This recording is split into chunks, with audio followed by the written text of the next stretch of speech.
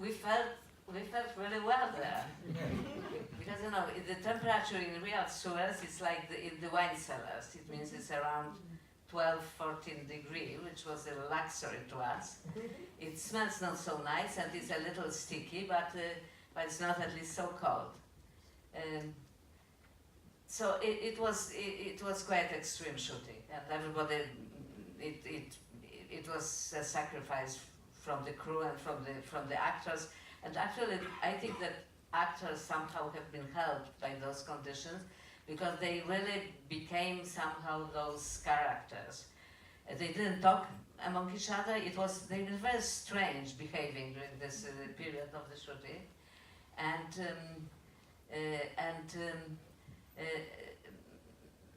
especially Julia Kijowska, who plays Haya, and who learned Yiddish for the role. And she was unable to speak Polish during the period of the shooting. She became like, I was a little afraid for her, because she became like totally autistic. Mm. She's alright now. Yeah, yeah, she's even pregnant.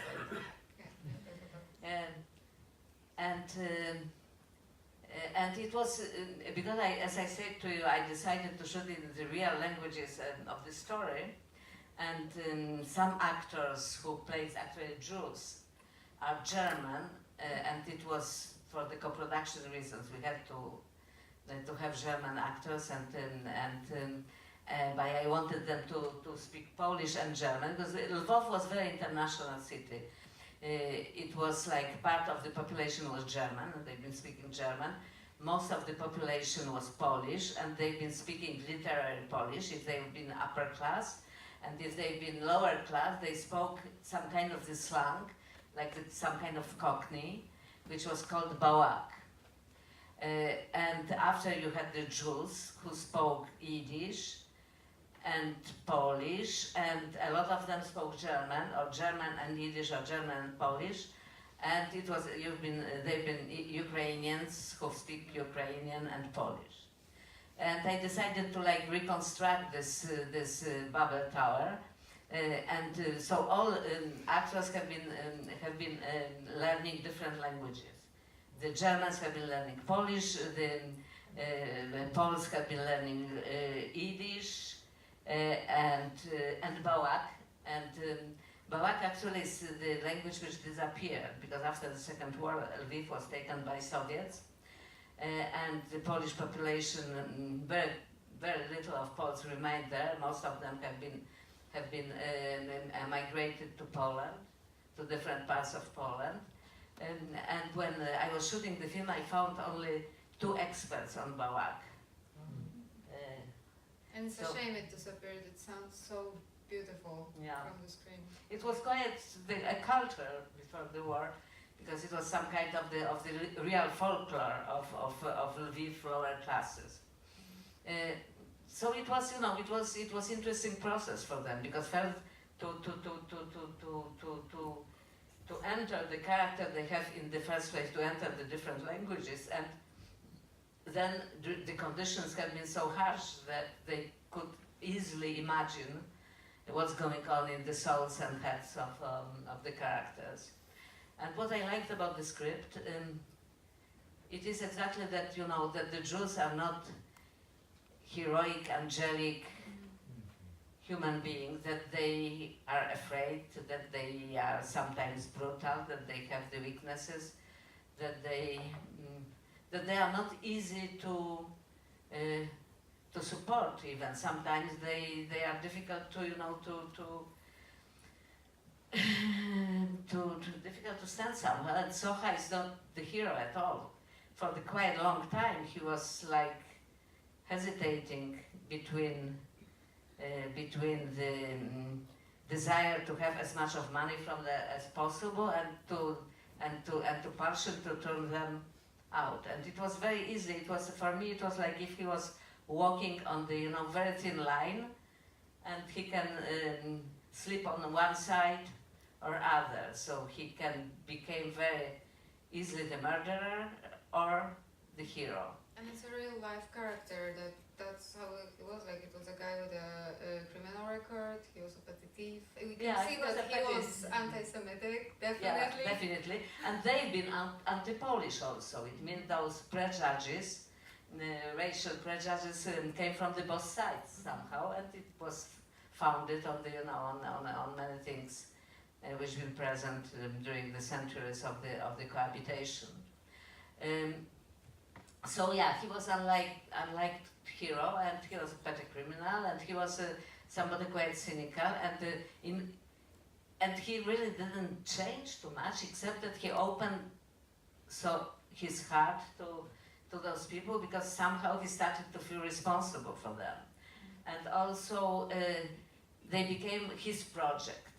By the end, when he says "my Jews, my work," his pride was suddenly connected to their survivor. So, so I found it interesting, and I think that was one of the reasons why the film was so well received on several places, and especially in Poland, because suddenly it was the hero which wasn't invented by some kind of, you know, romantic propaganda, but he was a very, you know, imperfect human being, and it was more touching to the people. It was easier to wake up the empathy for both sides.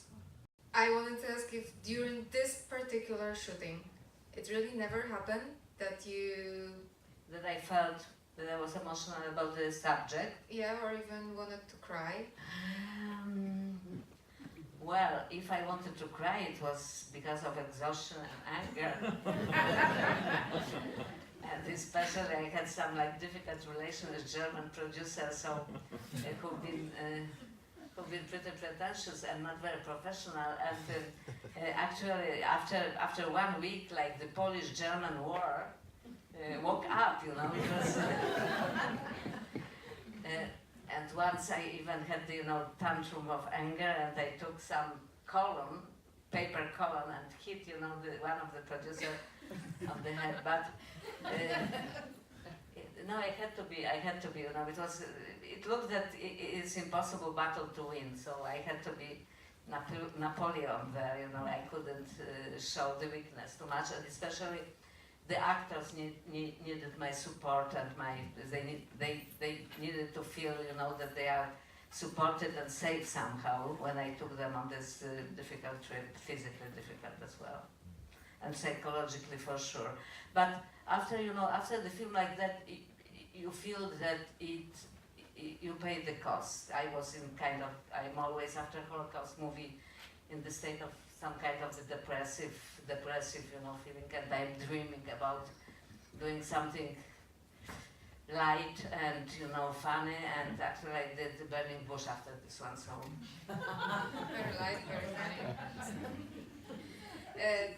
The two films, I have to ask this question, I am very curious, I never asked you that. So there are those two films that became over the years Holocaust classics. The Pianist and the Schindler List. And have you rewatched those films before shooting this one? Not in order to get influenced or inspired in a way, but in order to not copy. Because with Holocaust films, there are so many cliches that it's really, really hard to avoid. Or maybe other films, have you rewatched not to copy them? Yeah, it's a danger, of course, because the imaginary is very strong and it's limited. So somehow some icons, some Holocaust icons, you know, visual icons appears on the screen, and because they are overused, or they are used in superficial way, they become some kind of the kitsch, and that it is a real danger. It's very difficult, you know, some people think that it's not right to make the movies about Holocaust at all. And some people think that it's that if you have to do it really as a documentary way. But this one wasn't my first, and when I did Angry Harvest, which I really like a lot, it was limited to very, you know, chamber situation, to the really one-to-one game between two characters. And in Europa had been quite avant-garde-ish. It means there was very few Holocaust movies before Europa, and never the movie of this kind. And with this one, yes, but you know, what was really great for the filmmaker, it means great, the great challenge for the filmmaker, it is that you are shooting the movie where 80% is in the dark. And I really wanted to be dark, and I wanted to be dark not only in on the final print, but on the set as well. So it was an incredible challenge for cinematographer, for Jolanta Dylewska, to keep this very, very low level of light and in the same time show what is necessary to show, to have the information and the emotions about the reality which is presented. But I insisted really that it will be like that, and I think it helped the actors also. It helped them to, and for me it was a challenge, you know, how you can tell the story not showing too much or very little things. And I had, of course, the film which was some kind of model, because Andrzej Wajda did the movie Kanal in 50s, which was a film about the group of fighters of Warsaw Uprising, not Jewish but Polish underground, who've been escaping during the insurrection, escaping through the sewers to another side of Warsaw, and they actually all of them died. So it was some quotation even from Kanal, which is a classic and which is very important film, not only for Polish but also for world cinema. So, you know, Schindler's List doesn't have 80% dark, and even the pianist is pretty like conventional from this point of view. It is, you know, but of course I ask myself the questions if I'm not lying somehow by composing, you know, the Holocaust story. And it's also the big lie is that mostly you are doing the films about those who survived. Mostly the story of survivors is the most popular story, and they've only written their stories, because they've written their stories. Not only, you know, because you can find the stories on non-survivor. You know, like you have Kaleb Perechodnik, you have the diaries. You can very easily to make, you know, during the Second World War in Poland, around 6 million. It means in this area of the world, not only in Poland, also in Ukraine and Belarusia, and so around 6 million Jews died, and probably only 500,000 altogether survived. So the story of survivors is the story of minority. But it is very difficult to find the money to shoot the film about those who died. I tried twice. I had the project of this kind, and I was unable to find the finance. And maybe it's right, you know, maybe the people need this hope and belief that it is possible to fight it and to survive and to live after, and that you can see the ocean of evil, but that you also can find some people who are actually good and who are the saviors. My existential pessimism is that, you know, that it's less of good than bad, but some people think that it's opposite, so I will not like fight with them.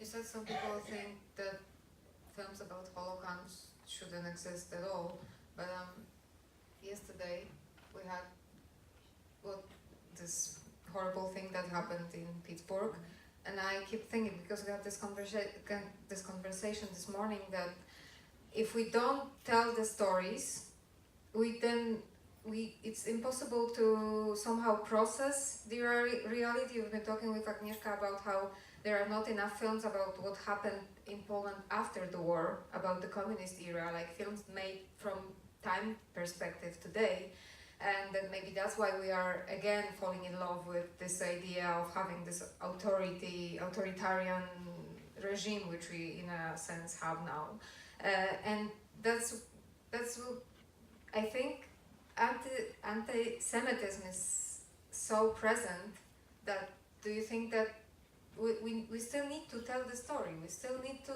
talk about Holocaust? To me, Holocaust is something like crucial experience of humanity, and you cannot forget it, and you cannot not to come back to that. It's a bit like, I don't know, Greek tragedies, who are like the pillar of our culture and civilization. So Holocaust is this dark side of our civilization, and I think it's incredibly powerful vaccination against the totalitarian evil. But this vaccination can easily vanish and disappear, and I think it's going on right now over the world. And it is not only the story of Jews and non-Jews, it is the story of because you had, you know, after the Second World War, you had the places on the planet where something like that happened, like Rwanda, for example, or Cambodia. So I think that even if we know that it's impossible to make the just and right representation of this, we need to try to tell the stories and to move people and to create the feeling of empathy, because only like that we can win this temptation of the evil. And it, you know, it was the popular culture and popular storytelling, the series like Holocaust and film like Schindler's List. It was incredibly important for American conscience, which America was quite anti-Semitic before the war, during the war, and after the war, and those films and series suddenly was some kind of the moral awakening, and the Holocaust became the part of American history somehow. And you don't have the important university where you don't have the Holocaust studies, and you don't have important city where you don't have some kind of the Holocaust memorial, Holocaust museum. So yes, I think it is important to tell the stories, and we are, you know, we human beings, we are so like forgettable and so distracted that without the narration, we are very easily forgetting the history. So I think it is some kind of the duty to speak about it and to tell the stories and to find also some light in the darkness, because like that we can identify with those stories. And actually, I know when we made the research for this film, it appeared, and it was like the bad researcher, I have to tell, that everybody, all survivors are dead already. So I was totally surprised when, after shooting the film and editing it, I received the letter through my American agent from Christina Higer, telling that not only she's alive, but she just published the book of her memoirs. And that was like really, you know, like the ghost is coming from the past. It was very powerful, and we met in New York. She lives in New York. She was the dentist after the war, and she and her husband and children lives in New York. And we've been screening for her unfinished film, and I wanted to, you know, to have the chance eventually to make some changes or some corrections. But she actually accepted it as it was, and she was like crying all the time when she was watching that, so she wasn't maybe the best judge, but after she came second time to the screening with her family in Toronto Film Festival when the movie was premiered, and it was premiered in beautiful old big theater, and by the end of the film, which was, I think, very strongly received, Piers Handling, the director of the Toronto Film Festival, said, "We have somebody here to present to you." And Christina came on stage, and you have some like magical moment in your film career. And that was one of them, because it was everybody was crying. You know, like all audience of I don't know how many, like probably 1,000 people or something like that, was crying. She was crying. I was not crying, actually. And tears was crying like the fountain, you know, the tears was like... yeah, it was, you know, I thought that somehow, you know, somehow it was really worth it to have this moment and this brave, strong, wonderful woman to have her story told in the way which can touch the millions of people over the world. Yeah, I have a quote from Christina Higger, and then I give you a chance to ask question what she thinks about the film. I think Agnieszka did a very good job showing the positive and the negative and how they melt together. You showed the selfishness, the goodness. It was what really happened. That's very nice to hear words like that. No, she's a very wise woman, and she was probably the most like psychologically healthy survivor I met. And I think one of the reasons is that she was happy in those tours. And second, that she and the family was talking about this experience all the time. Because what was, I think, the most like negative to the survivors it was the silence. Like, my father never told me. He wasn't in Poland, he was in Soviet Union. He was fighting there, but when he came back, he found that his city doesn't exist anymore and that his family was totally killed, and he never mentioned to me none of his family. I didn't even know what were the names of my grandmother and grandfather till my father was buried, and on his grave my aunt put also their names. There's many questions. Let's start here.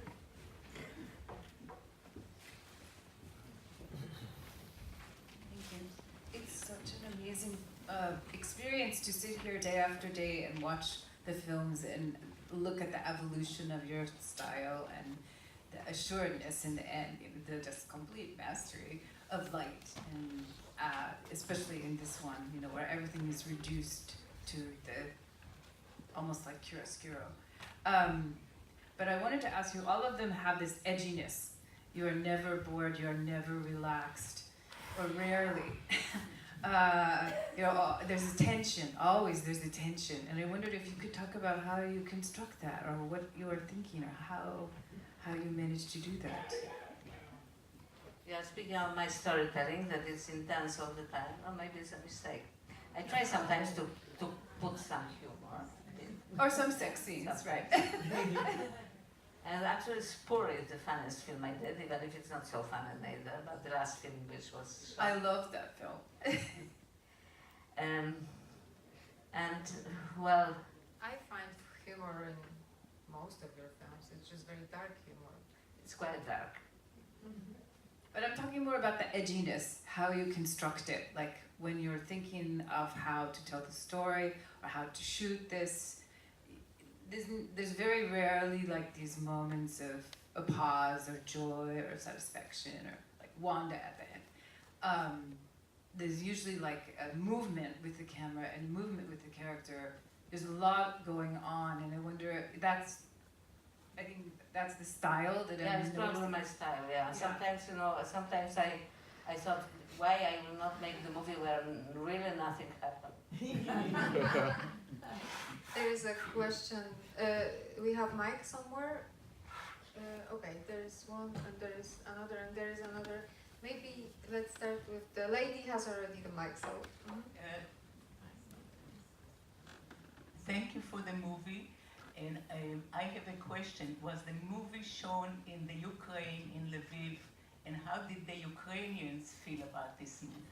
It wasn't released. It was shown on one screening and one festival, and they didn't like it too much. Because it, you know, the bad guy is Ukrainian, so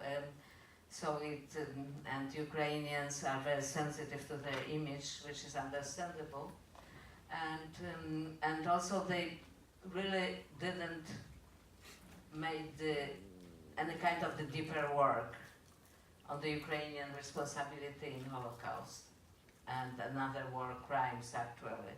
So it is something which is unspoken and they are on denial, you know, as many nations have been actually, including Poles and Lithuanians, but also French or Dutch. So, but Ukrainians are in this fragile moment when they are endangered by Russia. So, I don't think they are finding this moral space to be honest about it. So that it was not certainly the film which they embrace. But you know, I showed it to some Holocaust experts in Ukrainian historical institute, and they really liked it and found it very, you know, honest. So, but the general population certainly will be not a good audience for this film. I paid my my duty to Ukrainians doing now the film which speaks about Ukrainian Holodomor. It means the big famine. So. I also gave justice to their tragedy.